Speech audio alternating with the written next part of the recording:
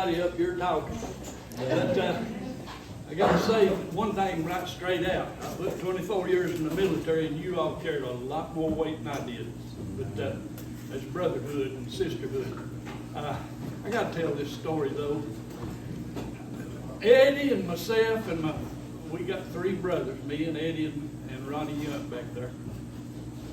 And I'm saying brothers because we closer than a lot of brothers. But we all about died at the same time. Put me in the hospital, COVID, for ICU, 15 days. Dr. Miller said I didn't think you'd make it. And I thought, well, Doc, you ain't been in tobacco fields and hay fields. And after it's over, them doctors and nurses just wore plumb out, and they give them a big party over there, and they said, won't you come talk? I said, well, I guess I can. That's the only thing I know what to do is talk. And I got up there, and I was telling them, all them people with their fancy dresses and their bow ties on.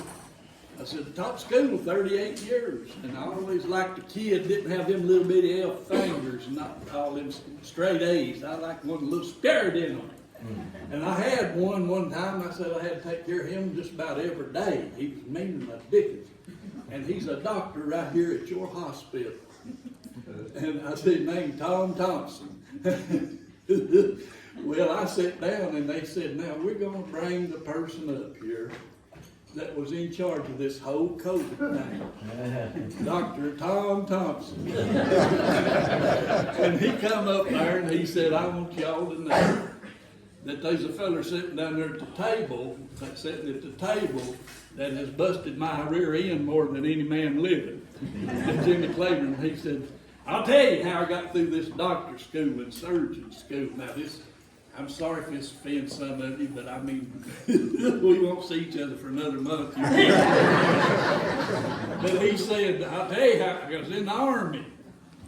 Getting through this, they put me through this surgeon school and said, a doctor in the Army, you work a 12-hour shift, that means you work 15 hours.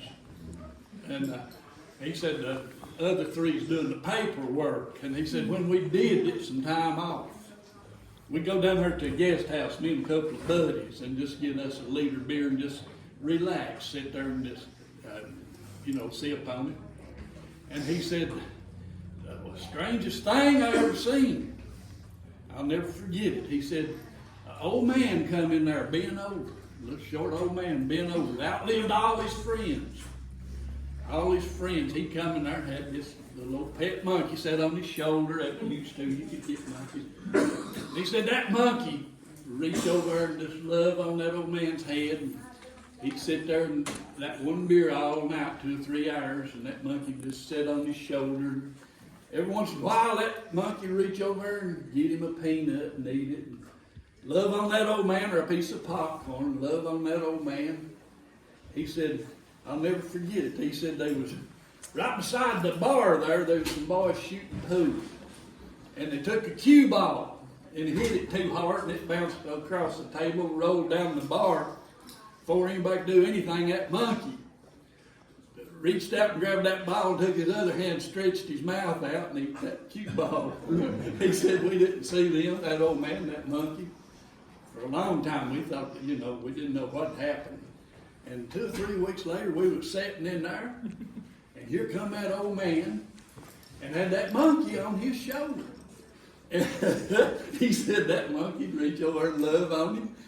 The old man got his beard, and that monkey just sitting on his shoulder, and he looked at them peanuts. And finally, he reached down there and got one of them. He looked at it, took his other hand, moved his tail over, and stuck it in his back end. Pulled it out and looked at it and ate it. And we said that's the most disgusting thing I've seen in our life. And that monkey kept doing it. He said one of the boys there at the table said, I got to go tell that old man what that monkey's doing. And he said, he went over and said, do you know what your monkey's doing? That old man said, yeah. But 2 or 3 weeks ago, he got a hold of something. Now, anytime he eats anything, he sizes it.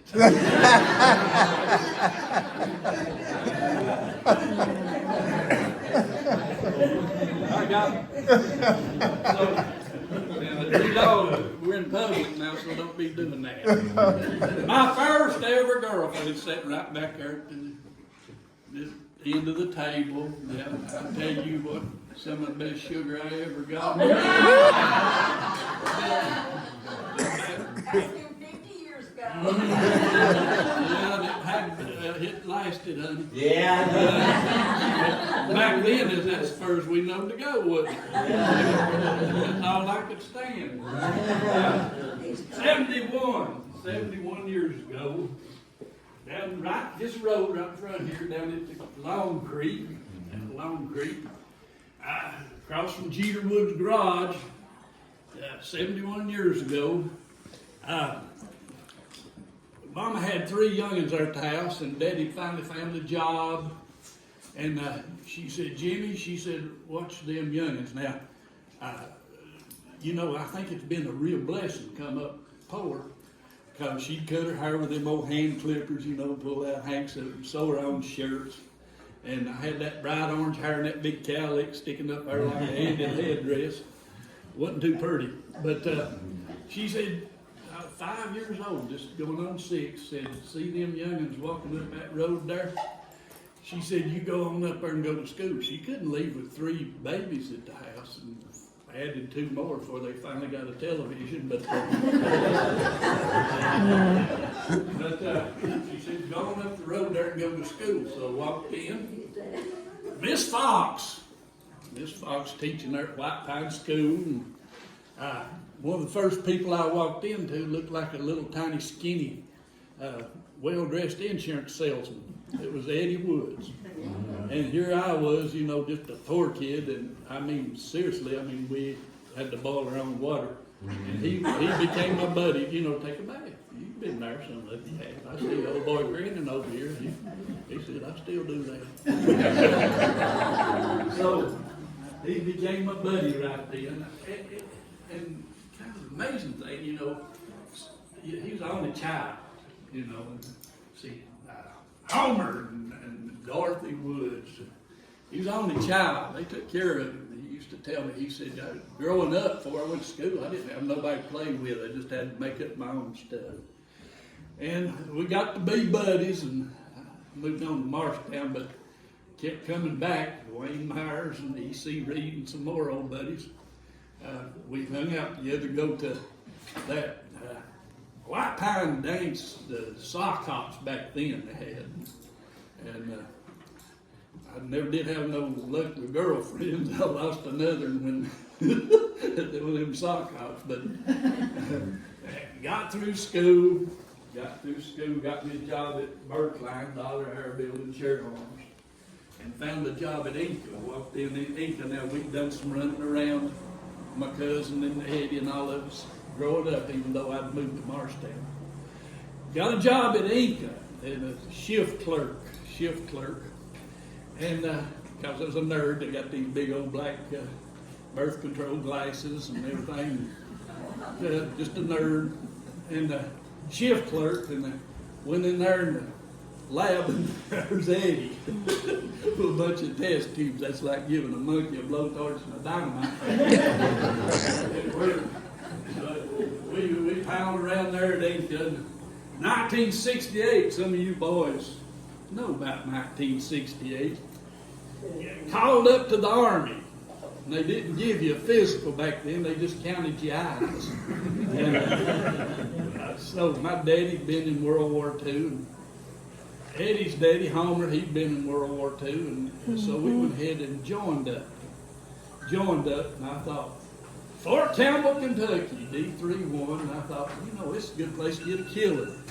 And so they come and talked to me. They said, the first time in my life I really did study a book. And they gave me a test and everything. They said, now, you passed that test. I thought, well, nobody cheat on them, so I just marked all the blocks. They sent me to school to be a missile repair part specialist, nuclear missiles and stuff. 3 months before that, all I know what to do was change oil on a car. They want me to take a guided missile to a warhead on the end of it. I get you all nervous thinking it. But, so they sent me up there to Philadelphia. Them people up in Philadelphia, they'd have known what was right there at the Delaware River beside about 100 of us, sitting there with that radar and waiting for the Russians to come over. And they had another, and we was pretty rare. Sent me to Germany, and told me to take some boys down to southern Germany, because, when you're sitting there working on a nuclear missile, they don't want a buck private doing it. I got my skeeter wing, and when I remember getting that skeeter wing, I thought I was a general, showed off, and so they boosted me up a few just to keep me from, from somebody coming and saying, I don't want no skeeter wing fixing my guided missile. So they did this few strikes. Sent me to southern Germany, said, what are you doing here? There ain't no guided missile. It's up at the border. So they said, you got all these here clearances, we're going to make you a top secret control officer. That's another place I didn't need to be. But, so 2 years. I thought, Lord, I sure do miss Mom and Daddy and soup, beans, and cornbread. I don't know what I'm going to do for 2 years, and sitting there in the mess hall, just like we're sitting now, eating me a piece of cake, and all them northern boys call me Claborn. Don't know what to talk right, so they call me Claborn. And I was sitting there eating me a bite of cake, just like you're sitting here. That reminded me of it. Wasn't planned on what I was going to say, but I heard somebody say, Claborn! I looked, and it was Eddie. And they said, you boys is E5s, you need to be barrack sergeants too on your part-time when you ain't working. So that Eddie, Lord have mercy, you ought to have been there with him. Me and him was the barrack sergeant. We had about 60 guys in the bay. They made fun of us for hillbillies. Hillbilly. Eddie showed them right quick. You messing with the wrong hillbilly. Because this girl's mama. Am I telling the truth? Yep. She would come and pick him up at the barracks. Mm-hmm. And calm down, Jim. Let's don't go too far. I think that boy's sitting on a feather. He'd come in, and all them other old boys, from all over the world. I mean, you couldn't find a girlfriend. And I heard one of them pretty sharp looking at the time. And they got to court, and they said, how did you do that? And I got to hold her when she was a little baby.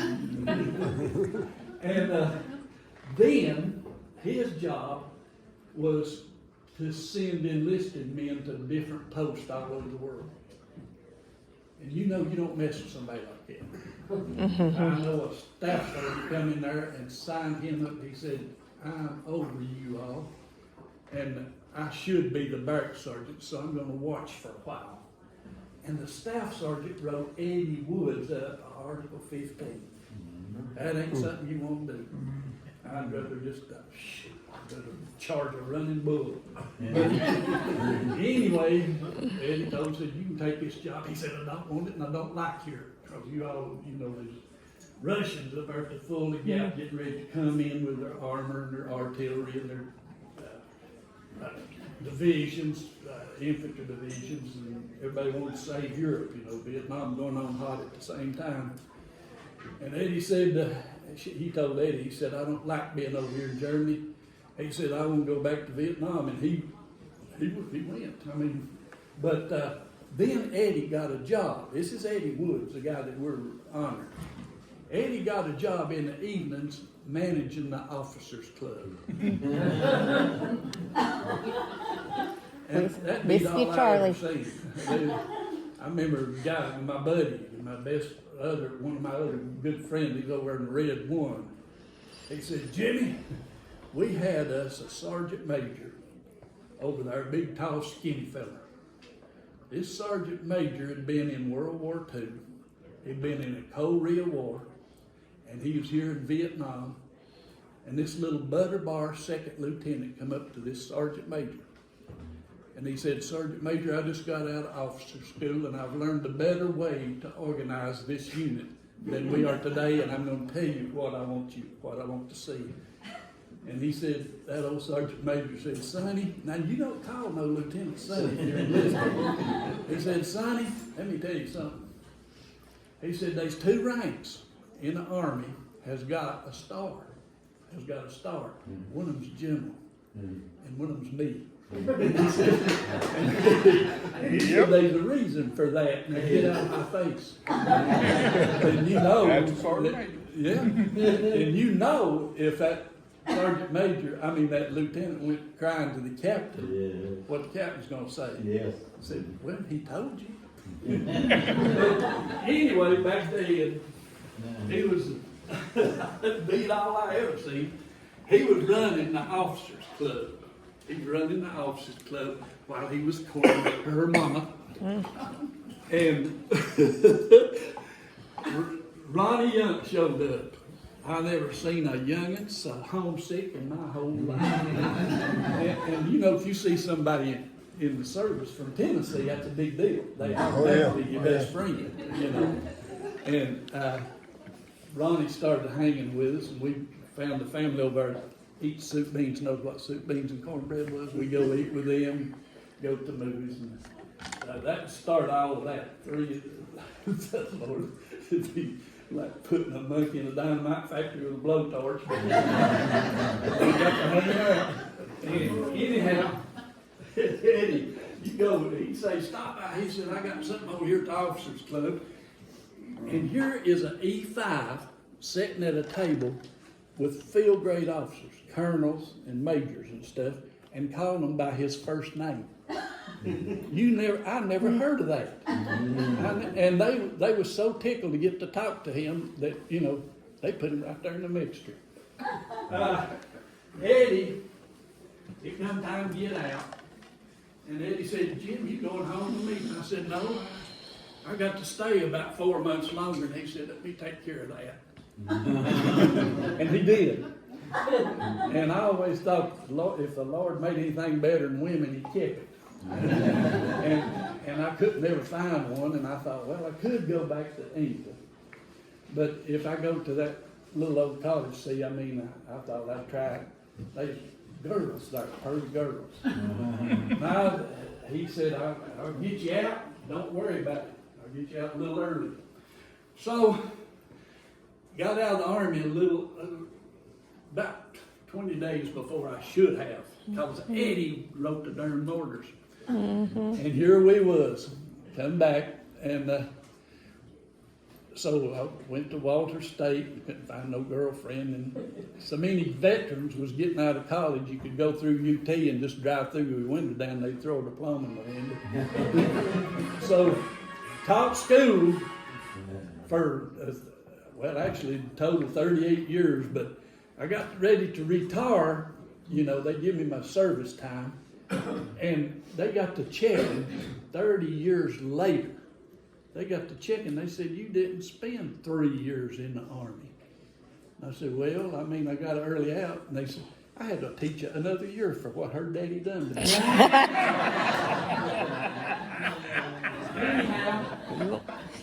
Anyhow, this is something I've never seen. But Eddie and her mama didn't quite make it, so they cut out, but split up. And Eddie started going over there and eating Thanksgiving meals with them, and called his ex-wife's next husband his husband-in-law. And he, you know, some people are lucky enough to find a person that fits them. So Eddie met this gal named Marilyn. I went over there to, you know, the wedding and all that stuff, and I just can't think of me holding her in my arms. Lord, it'd break my back, man. But yeah, no, that's all right. She smacked me before. I just turned over, and any kind of, you know, any kind of woman touching me turned over. Let's see. Oh, well, damn. There went my happy meter.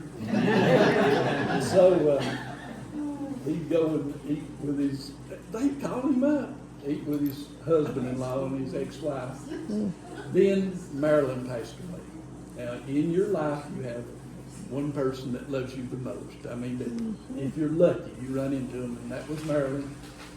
And so Marilyn passed away about the same time that Ronnie's wife passed away. I mean, we all kind of kept touch and everything. Ronnie lost his son and everything, and you know, they say losing a parent is hard, but losing a spouse is even harder, and losing a child is the hardest thing. Mm-hmm. And so we kind of hitched up and started doing this thing once a week. You know, we'd go out, you know. And here's the type of person Eddie was. I mean, we'd go somewhere and eat, and we took turns paying the bill, and the waitresses had figured Eddie out. You know, they'd come up and said, you know, enjoyed serving you here. She said, this is a good job. She said, I've got 2 kids. I can make enough money here to raise them by myself. And whenever Eddie would leave, there'd be a roll of cash money laying there for a tip. That's true. It's true. And that's the type of person he was. He helped anybody. He helped anybody. So, you know, I'll tell you this, and I mean every word of it. We were closer than brothers. We'd sit and talk, and you all have had the same experiences, been closer. Some people than your kinfolks. And we all 3 nearly died at the same time, and we all 3 came back through it. And then we got our legs cut off. I mean, Eddie loved this town. Eddie loved this town. Ronnie and I were driving over here today, and Ronnie said, look how much he's changed White Pine. Look how much he's changed White Pine. He loved his town. He loved everybody. He loved everybody. You know, one of us sitting in this room today is going to see everybody else go. That's the way of life, the way of nature, God's way. That we come here, if we make it 80 years, that's 29,220 days. You can't buy a new pickup for that much money. So we're going to be gone. And sweet thing here, you know, she naturally, she loved her daddy. She's naturally missing him. And after you get to a certain age, you see more people pass. And, you know, you walked with them. You walked a lot of miles with them. And now it's just nature's way and God's way that it's time to quit walking and start carrying them. Carry them inside your heart. Yeah. Somebody told me something real smart. They said, you're never gone as long as somebody remembers you or somebody says your name. And I've got a feeling Eddie Woods ain't going to be somebody you can replace. He ain't. Everybody in here's got some kind of skill that I don't or Eddie don't. But he had a skill that's going to be hard to replace. Thank y'all for letting me come.